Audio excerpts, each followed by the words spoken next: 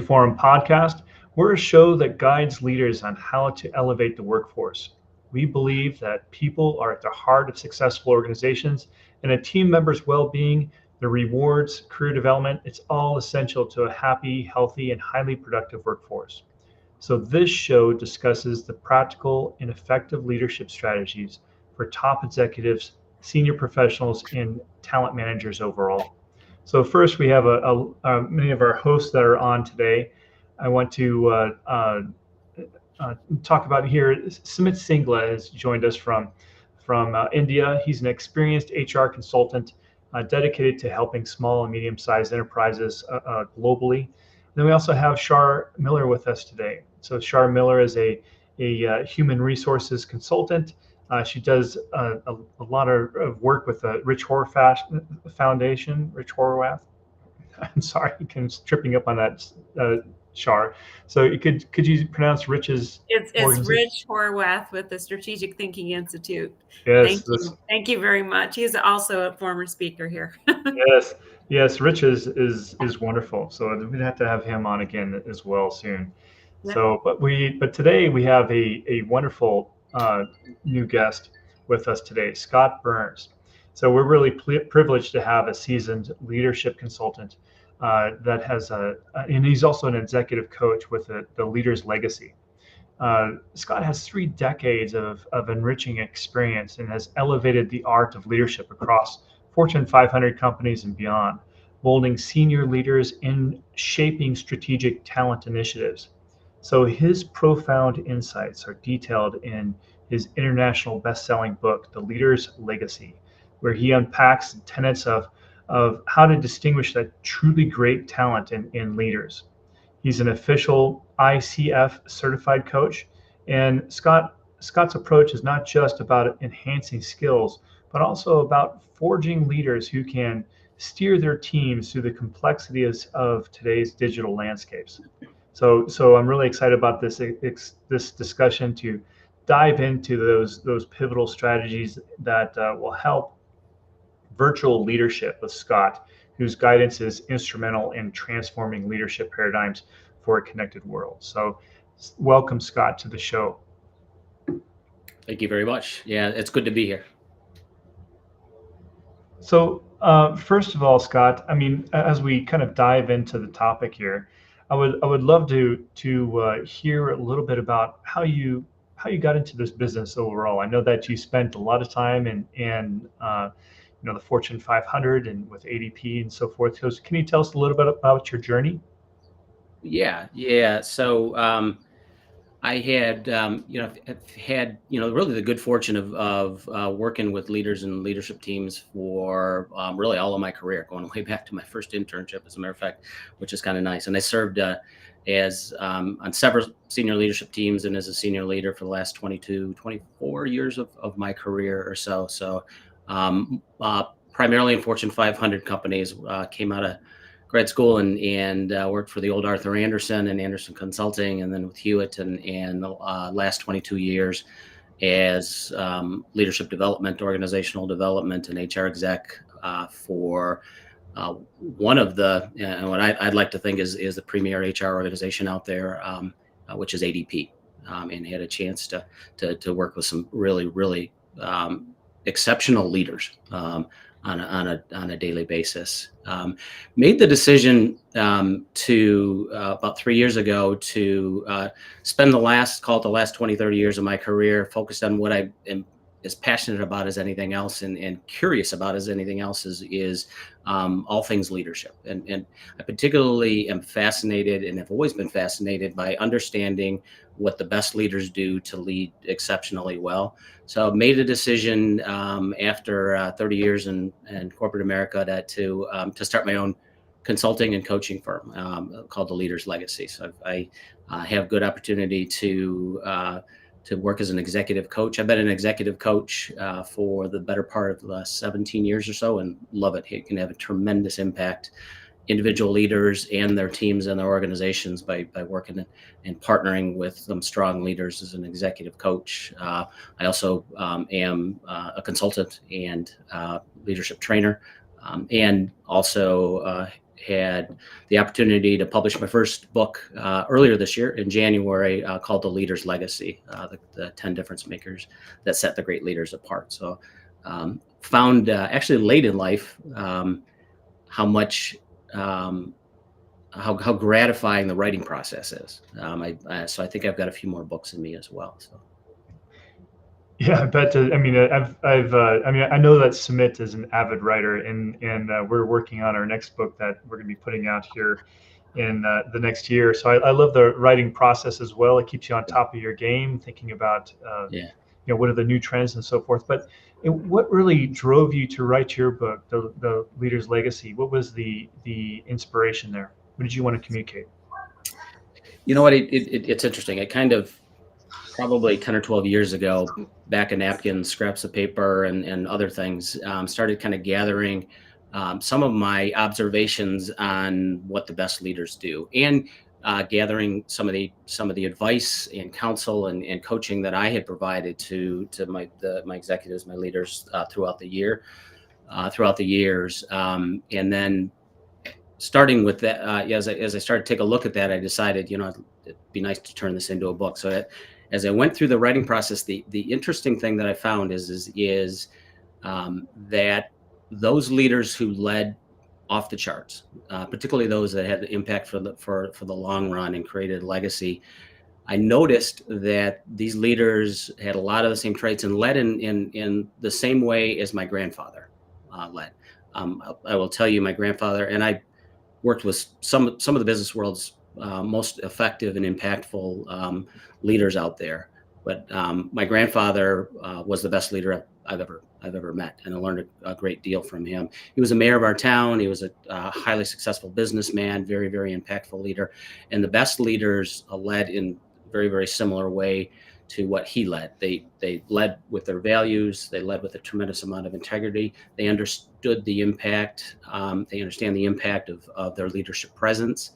They understand the impact of creating followership by engendering loyalty in the people that they have the good fortune to lead and empower, and a whole lot of other things. So as I started to write the book, not only did I gather some of the kind of the best practices and really the difference makers that set these great leaders apart, but I decided I wanted to weave in a lot of stories. So the book is full of leadership lessons, but it really is, each leadership lesson has stories embedded in it. Stories from lessons I learned from these executives I worked with, and a whole lot of stories. It's a part memoir to a certain extent. A whole lot of stories of the leadership lessons I learned from my grandfather growing up as well. So it's part leadership lessons, and stories are powerful. So I enjoyed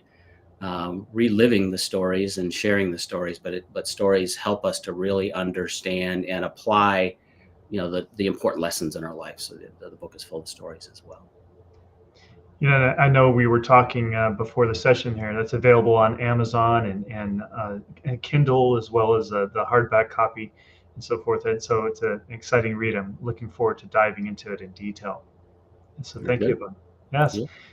Now I know that there's tons of learnings in there, and in some of them surround the managing virtual teams overall. And I know that ADP was an early adopter in managing virtual teams. Is that right? Yeah, we were. And, well before COVID, about 15 years ago, our HR team got a visit from our accounting our operations team. And we reckon ADP grew up in the last 50, 60 years, grew through acquisition, among other things, that meant that we had small local offices in just about every major and mid-sized city in the United States. We had 300-400 offices out there. We recognized that we probably didn't need that much of a real estate footprint. So that the decision was to close some of those offices. But ADP, best client service organization on the planet, tremendous amount of talent. We had tenure. We had an average of 21, 22 years of tenure for most of our client services folks. We wanted to make sure that by closing these offices, we didn't lose that talent. So we put a strategy together to what we called at the time was home shoring. I guess we call it virtual, working virtually these days, but we called it a home shore arrangement. And one of the things that I and a handful of other HR and leadership development execs were charged with was to make sure that we just didn't throw these folks into a home shore situation, or their leaders for that matter. So we were charged with the opportunity to develop a leading virtual teams training module that we rolled out. Prior to doing that, and really to establish and create that leading virtual teams module, first thing that we did is tapped into. I happen to have I supported three teams at the time that had been virtual for a long time. So I had a number of leaders and teams who'd been working virtually for a long time. So the first thing that we did is we tapped into those leaders who were leading virtually exceptionally well, and we gathered some best practices. And in a little bit here, Sam, I'd love to share some of those best practices. There's some really nice insight into that, but we used those best practices to really help focus on what we could train our leaders on and their teams on how to be what they needed to really focus on to be effective working in a virtual environment. And we're really successful. We rolled out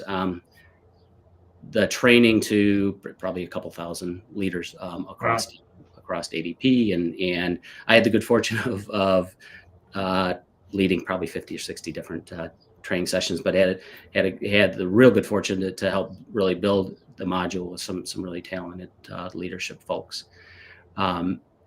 Some of the things, and we can get into some of the details if you've got some questions about that, but there's some key things that really rose to the top when we recognized those leaders who were leading exceptionally well with virtual teams.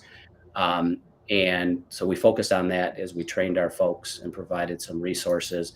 And just at a high level, the focus was on some really seminal leadership things, but in a virtual world, our leaders and their teams and their employees really needed to kind of double down and really hyper focus on a number of things, including how well they communicated. So communication, ensuring that there was the relationship with each of the employees that work virtually and with each other was really well done. It was really important that at the beginning of a virtual working environment and throughout, there was really strong expectation setting. What are the rules of engagement? What are the team norms? What are the expectations for availability and things like that? So expectation setting is huge for the success of leading a virtual team. And you need to think about measuring performance in different ways and make sure that even though you don't see the folks, walking in the office every day, you need to make sure that you really are clear about how you're going to measure performance. So performance measurement was a big piece of that. And really ultimately above everything else is as a leader of really talented folks who work virtually, the leader and the team together really need to make sure that engagement, empowerment of the people are really at the top of the list here as well. So those are some of the things that were really important.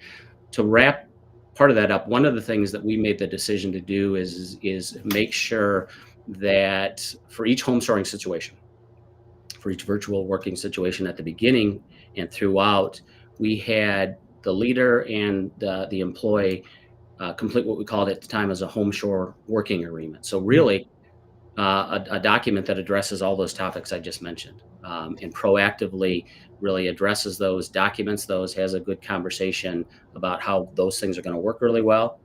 When we did that, it really increased the likelihood of success for these virtual working arrangements and a whole lot of trust.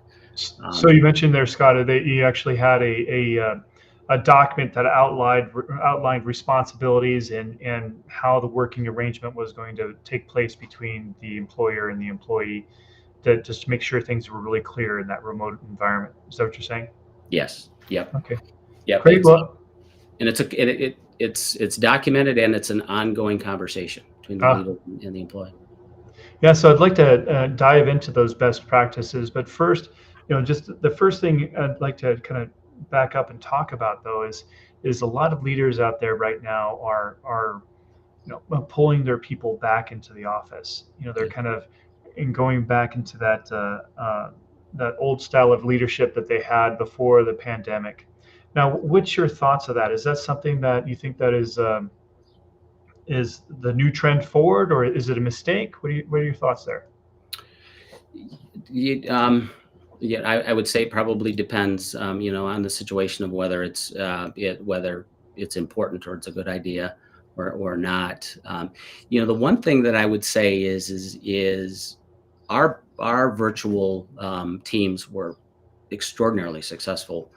In addition to designing and leading the leading virtual team session, my team and I also, in the first 6 months, in the first 18, 24, 36 months, we also did a lot of surveying and did some research on how well these virtual teams were working.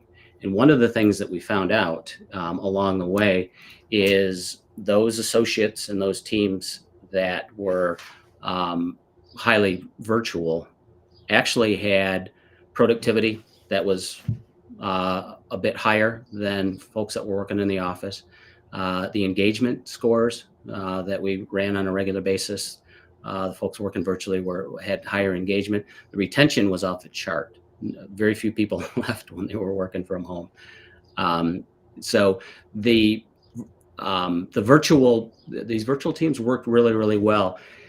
What I would say is if folks are bringing folks back in the office because they're not feeling there's too many challenges and too much lack of success in these virtual teams, one of the things we learned up front is what I talked about at the beginning is we really spent a lot of time and a lot of focus on making sure we designed a process, making sure we designed the tools, making sure that we designed some good training to make sure that these virtual working situations were really, really successful. And when we focused on that communication, we focused on, and I can share some of the best practices here in a little bit of what the best leaders had done really, really well. When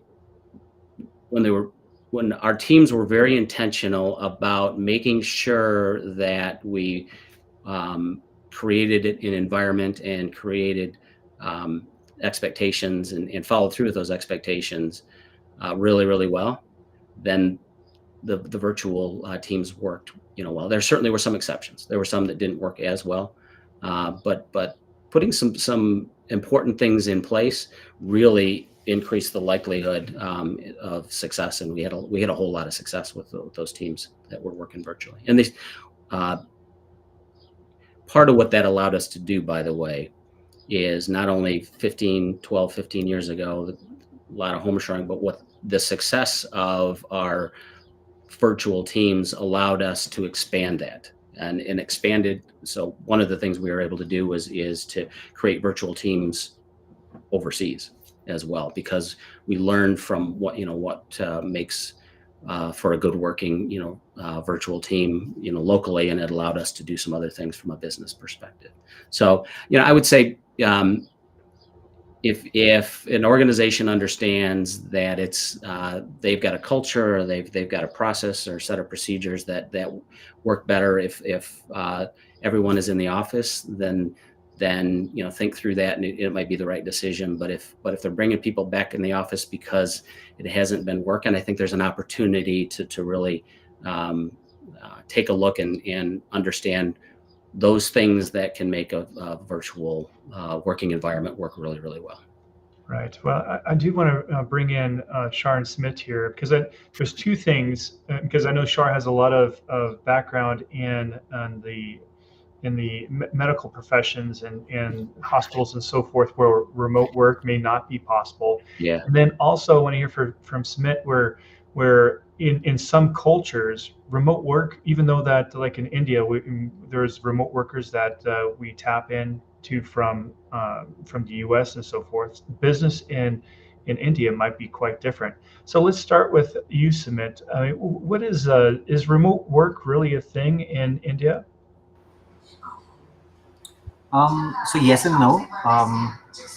There are, of course, because we've got a lot of American businesses which have offshoots in India. Um, there's a there's been a fair bit of remote work, and of course, we've been connected to, let's say, different headquarters or the parent companies remotely. But it's not a trend all across yet, because uh, some of the smaller cities, they're more infrastructurally challenged. Wi-Fi speeds are not fantastic, so Mm, it can be a little difficult to connect remotely at times. But I think the trend is definitely catching on. So people are becoming a little more receptive to the idea of remote work, and it's more of a, I'd say, a mindset change where you don't really have to keep peeking over somebody's shoulder to see what they're doing and how they're doing it. But it's a work in progress, is what I'd say. But definitely some big strides since the pandemic. yes. And the other thing in as far as your experience, Shar, I know that there's some jobs that can be done remotely and others that cannot. Yeah. And really having the culture, how does that impact the culture when these two groups are working together? Does that kind of cause kind of Oh, stress? yeah. Well, actually, in healthcare, there's a lot of positions that have the ability to work from home, such as IT, such as in materials management, certain levels of leadership, as well as coding and physician billing and patient billing. So I've had many, many decades of helping leaders really work with the remote virtual employees aspect. Now, I'll make a comment in a second, but back to your original point about working together. Yes, it is interesting. So if I'm a nurse working in a clinical setting and I'm in charge of a reception desk, or I'm a nurse, helping in the back of the ER, just for example, you'll have physicians, that have face-to-face interactions, but also physicians do have to work from home oftentimes to transcribe or actually support patients from home. So also, nursing leaders do work from home oftentimes. So anyway, the point is that in the healthcare setting, there's many, many different positions in the virtual setting. It can be very complex. As an HR business partner slash whatever other title I had, it was somewhat challenging. Yes, about product, like what you said, Scott. Working productivity was a challenge. Yeah. Monitoring work, also the logistics of the right computers, the right seating, the chairs. There was oftentimes work at home injuries, believe it or not, particularly to carpal tunnel and various other injuries. If we didn't pay attention to that. I've had many discussion, for example, in the coding department back then. What are we going to do to improve performance here? And is it going to be a virtual tracking system where we check every time they click or open their computer? So there has to be an aspect of trust, right? There has to be an aspect of, you are being paid for a position well done, not necessarily the number of clicks and the time you move a screen. That's not really productivity. Right.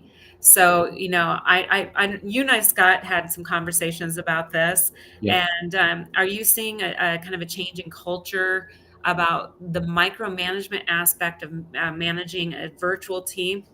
Or are you seeing a bit more freedom and trust being built into that culture for a virtual team? You know, in our experience, in my Yeah. experience with working with that, and particularly, going back to when I helped roll out this at ADP, um, I think one of the things that allowed us to be successful is we had a lot of those measurement tools already in place, and we could, our customer service reps, there were very specific expectations, and we had software that allowed us to make sure that they were meeting their goals and everything else, and we could translate to those. We could use our IT folks work pretty hard to allow those tools to be able to use in somebody's work at home situation. So that's a bit of a caveat. I keep saying we were highly successful. Part of the reason we were highly successful is we had a number of things either in place or that we were easily able to easily transition in session, including some of the productivity things. I will tell you, once the leader and the associate really understands what the expectations are, and they're clear about what the measurements are going to look like, and the leader and the employee work together to meet those expectations throughout the time, then it's easier to trust.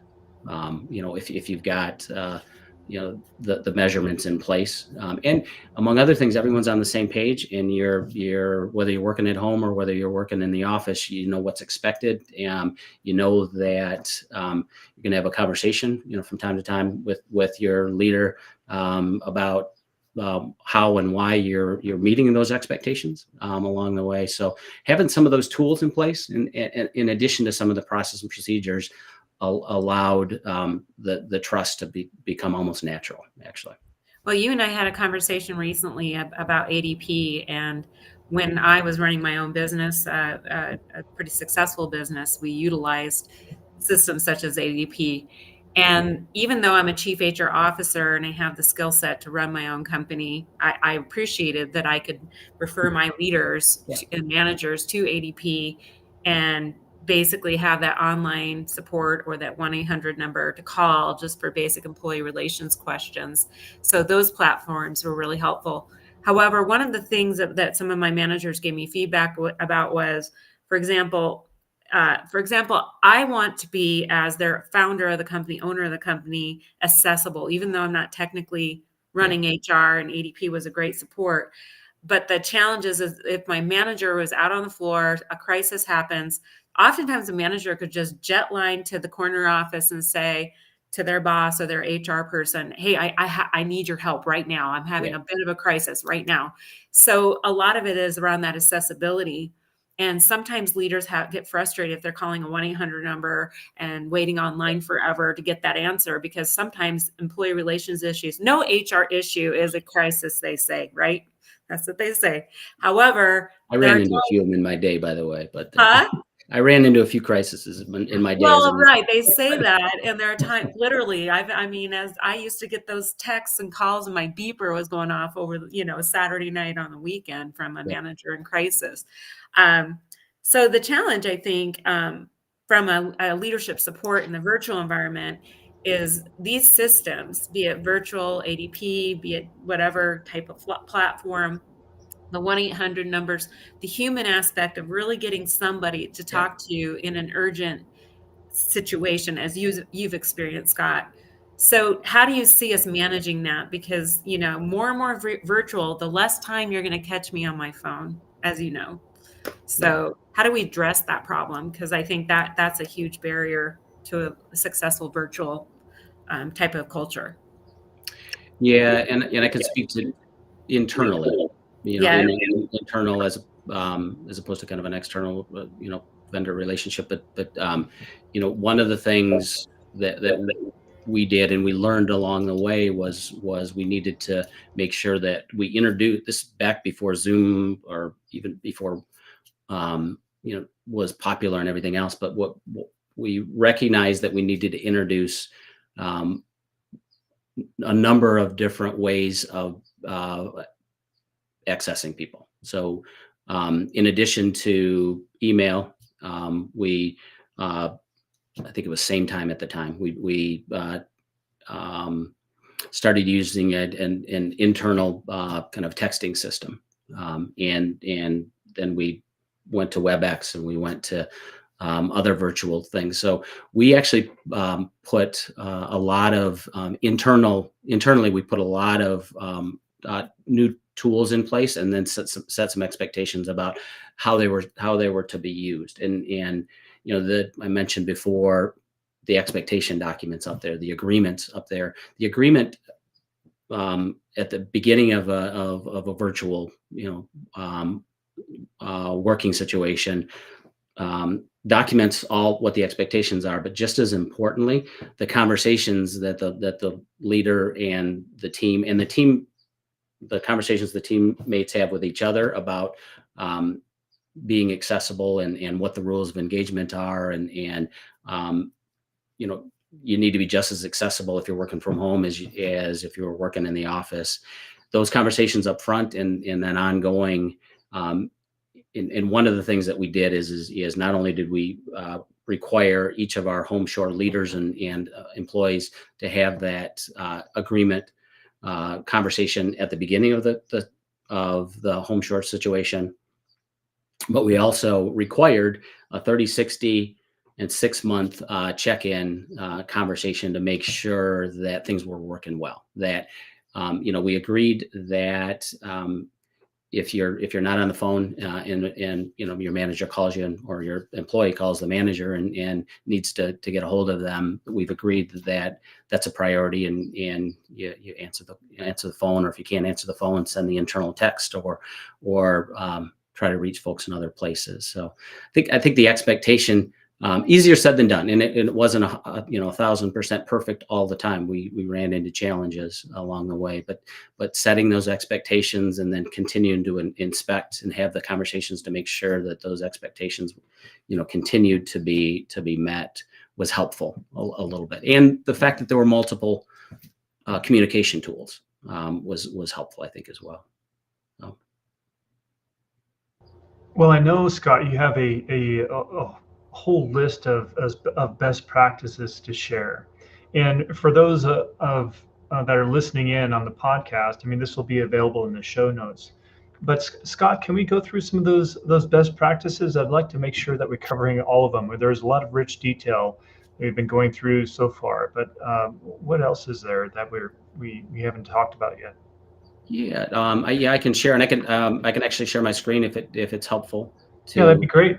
So one of the things that we did, I mentioned as we built this Leading Virtual Teams module, and is we gathered some best practices. But the other thing that we did in all of our training sessions, it was a dialogue. We taught the leaders on how to work effectively, but we always, like I do with any of my training and certainly my coaching and other things, asked the leaders a lot of questions along the way, and among other things, we were continually asking, what's the best practice for if we got virtual leaders out there in the audience who've got some experience, what are some of your best practices? What allowed you to make this work? And we gathered those best practices. And I've got a long list of best practices that I share with leaders from time to time when we talk about working in a virtual setting. But I also kind of have a highlighted list of 4 or 5 of the questions that we would ask and sets of best practices, and I can share some of those with you real quick. So I am dash window. There we go. All right, can you see that? Absolutely.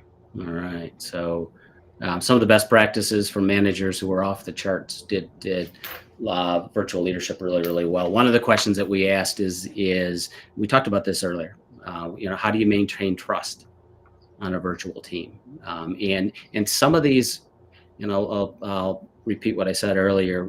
A lot of what you see here and some of the best practices are some foundational leadership things. But what I really noticed is those leaders who led extremely well in a virtual settings, they doubled and they tripled down on their focus on this, and put different things in place to make some of these things happen. So when we asked the question around, how do you maintain trust with a virtual team, really focus more and be more intentional as a leader of getting especially including your virtual associates very much involved in the decision-making process. Go out of your way to get them involved. A lot of kind of simple things like literally pick up the phone and have a phone conversation.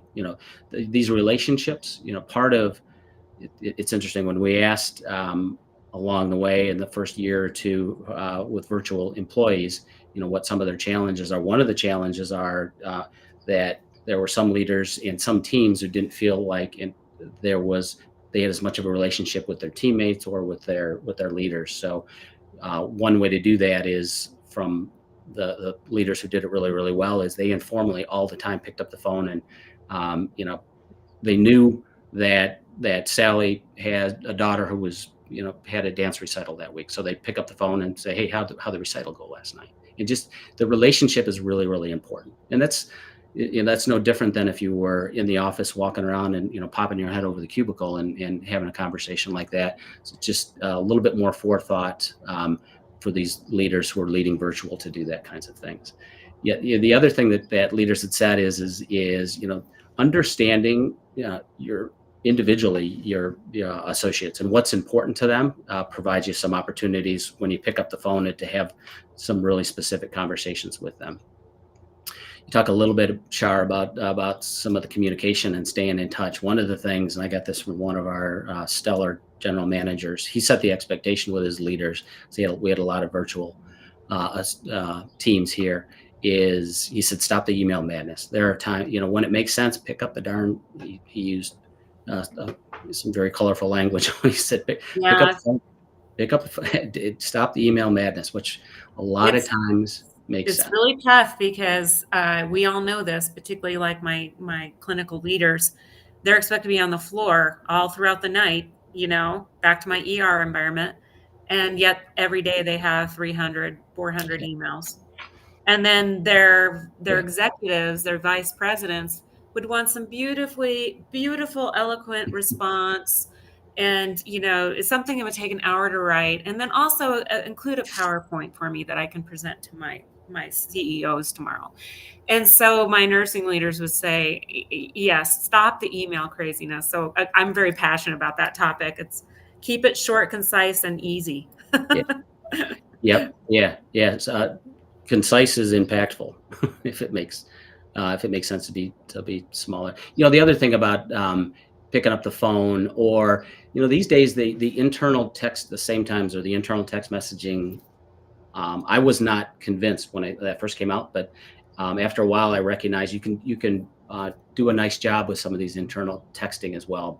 But there are nuanced conversations that need to happen over the phone or over, even better yet these days, over Zoom and everything else. So I agree.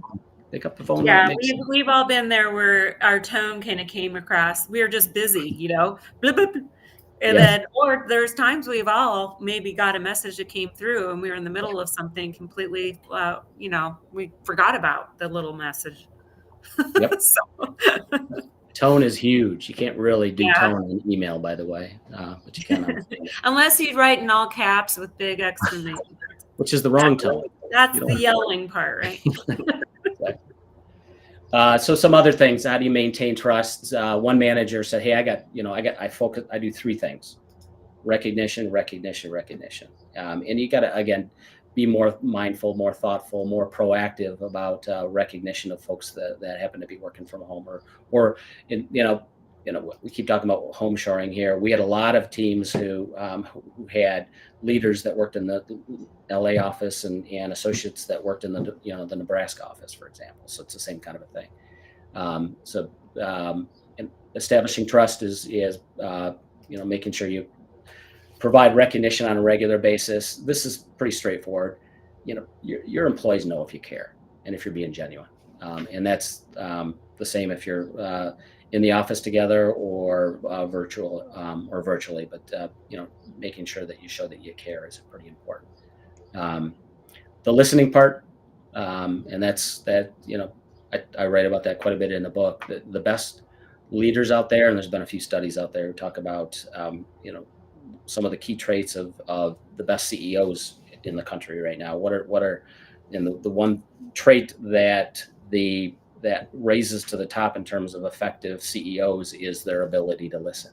And that's certainly true of any leader. And it's even more important if you're picking up the phone, asking a question, having one-on-ones with your associates, particularly if you're doing it over the phone or doing it over Zoom. As a leader, you should be listening 60-70% of the time, right? The last one is have fun. Use your sense of humor. That's even more important. So those are some of the things. Maintaining trust is huge in terms of having an effective team and having an effective relationships. Some of the when we ask the question, share some best practices. What makes your virtual teams work really, really, really well? Part of it was having these team meetings. These team meetings, particularly when you're virtual, it's important to really be prepared for those. Set the expectations up front that, first of all, we're not going to be multitasking. If you're working from home, you stay on screen and you stay engaged during the meetings here. Make sure the best leaders prepared a whole lot of questions and a whole lot of opportunity to have some interactive dialogue in the meetings, particularly with the virtual meetings. So be prepared to make the meetings very, very interactive, and that works really, really well. One of the things, easier said than done, but some of the best teams that I worked with that were 100% virtual, part of the reason that they were successful is they were able to do that because they had a budget that allowed them to do this, but they got together once a year and they broke bread. They spent a couple of days with a strategy meeting and a get to know you meeting and get reacquainted meeting in one of the central cities, and they got together. So if you're able to do that, if you're able to get the team together and see each other once a year, once every other year, that can help lead to some success as well. So the other thing, and we talked about this before, we all know, one of the first things we learned as a leader is the value of management by walking around. You walk around, stop in, put your head over the cubicle. How are things going? What can I help with, and everything else. We asked, how does it translate in a virtual world? How does the management by walking around translate in a virtual world? What do you do? And some of the things I talked about before, impromptu, pick up the phone. How'd the recital go last night? How'd your son's basketball game go last night? How about the Cubs? Did you see the game last night? So impromptu phone calls. You need to be more proactive about. One of the things that we talked about before too or one of the things that we talked about and then we learned in these sessions was the topic kept coming up is when I've got a virtual team. Conflict management. When a conflict comes up, it's more important to really address that conflict very quickly and get the parties involved when you're working in a virtual setting. A lot of times conflicts can go underground. It's not as easily recognized when you're working in a virtual world. So reaching out quickly if you need to resolve conflict lends itself to some good success. Celebrations is a big, every leader should have the birthdays and anniversaries on their calendar of each of their associates and make a big deal of it. It's even more important with your virtual associates, so they feel like they're part of the team. So kind of last thing here, some best practices. What we asked is, how do you leverage the strengths? I mentioned before, we taught our leaders, I've taught my leaders, all of my career of really understand your strengths, but also really, really understand each of your employees' strengths and help them to make sure that they understand their strengths and can leverage the daylights out of those strengths. And, what are some of the ways you do that with people that you don't see as often that are virtual? One of the things that we heard about is particularly with these team meetings, with these virtual team meetings, make sure that you tap into all the associates, not just the associates that are in the office in front of you, but folks that are on the video screen as well. One of the leaders, a number of the leaders had said what they do is they keep a list of their 12 associates in front of them, and they make sure that they call on or ask for perspective for each of their 12, 14 associates along the way. And they check names off when they've had a chance, when they know that the person has participated, for example. So keeping folks involved and allowing them to really have their strengths for them to really showcase their strengths proactively is a good way to do that. The other thing is I talked before about reaching out and having impromptu conversations. Reaching out, the old adage of catch them doing things right. Reach out, not just when there's a problem. Reach out, especially when you want to celebrate something. Reach out when you want to have just a casual conversation as well. And that's even more important working in a virtual environment. So those are some of the best practices that we were able to gather along the way.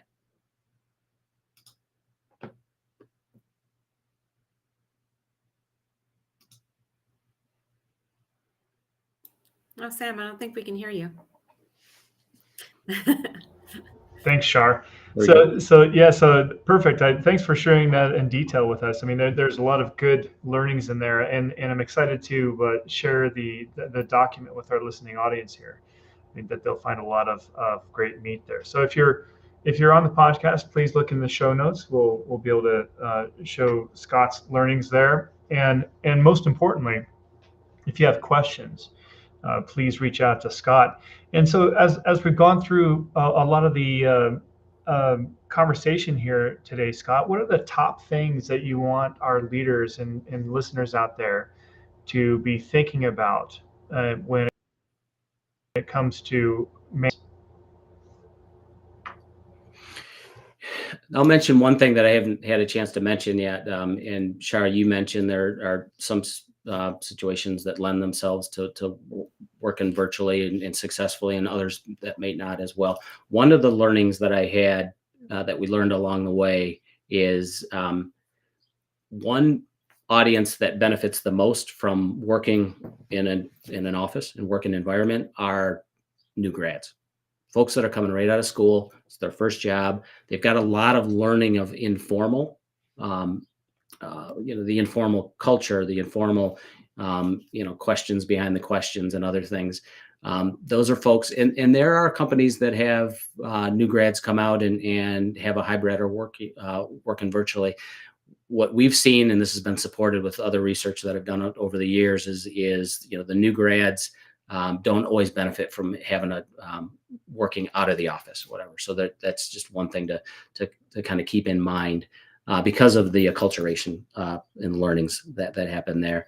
But the other the couple of biggest things that I learned along the way from the leaders, again, who led extremely well, and the teams that were working really, really well, is just, again, really being mindful, being prepared for, understanding what the challenges might be, and putting, whether it's communication challenges, whether it's, career opportunity or career development challenges or engagement challenges, really being mindful and thinking of those things ahead of time. And there are, if your internal organization doesn't necessarily have a team to help you do, new leader training, or, working with virtual teams, putting tools together to make that happen.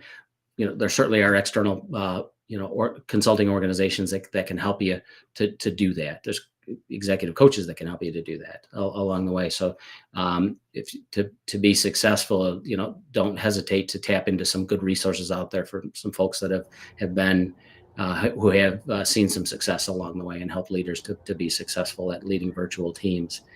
But really being mindful, being prepared, setting expectations up front, having ongoing conversations to make sure that you're really utilizing the resources, the tools, and staying true to the expectations that have been set along the way, can, and in most cases, lead to a successful, leading a successful virtual team if you do it really well. So this has been a great discussion, Scott. Thank you so much for sharing your expertise here. So for our listeners that have questions and want to reach out, how do they get a hold of you? Yeah. So my coaching and consulting training firm is called The Leader's Legacy.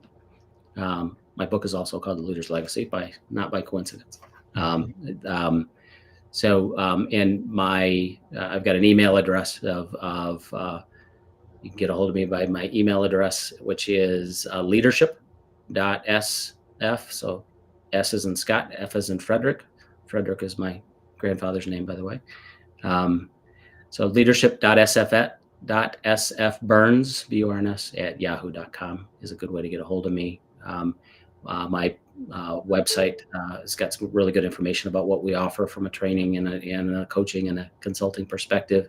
If you look up Leader's Legacy, you'll find the website as well. And very, very active on LinkedIn. I spend LinkedIn is a fantastic forum for really engaging, networking, learning a good deal. And you'll see that I'm quite active on LinkedIn. So reach out to me on LinkedIn if you'd like as well. I'd love to meet you. Yeah, well, I really appreciate the conversation. It's been great. I think that I know that I'm going to be listening back into this podcast and going through your list there to ensure that we're adopting some of those practices. I think it's just life is too short to ensure that we need to make sure that we're really harnessing the relationships with our professionals out there, the people on our teams. We're really creating a place where people can do their best work. And I know that some of the things that you shared today will help many companies accomplish that. So thank you, Scott. Very good. Yeah, thank you very much. I've enjoyed the conversation. Yeah. Thanks for coming back. Thank you. Absolutely.